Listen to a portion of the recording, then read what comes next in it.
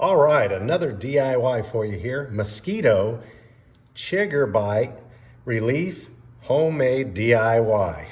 Yeah, those guys bite you all summer long, and this is the best thing to do for it, is get some relief without spending a lot of money, because they'll just keep on biting you all summer long anyway. So here we go. You're gonna take a half a tablespoon of water and 1 tablespoon of baking soda,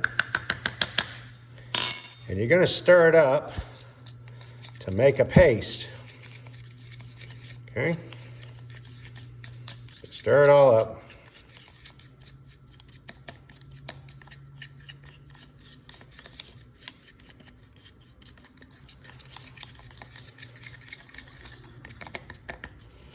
Now, you're going to apply it to the bite area.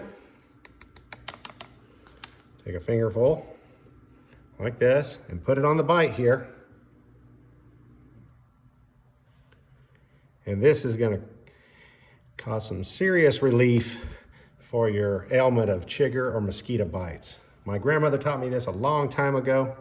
It works fantastic. And you leave it on for about 10 to 15 minutes and the itching will be relieved. Good luck.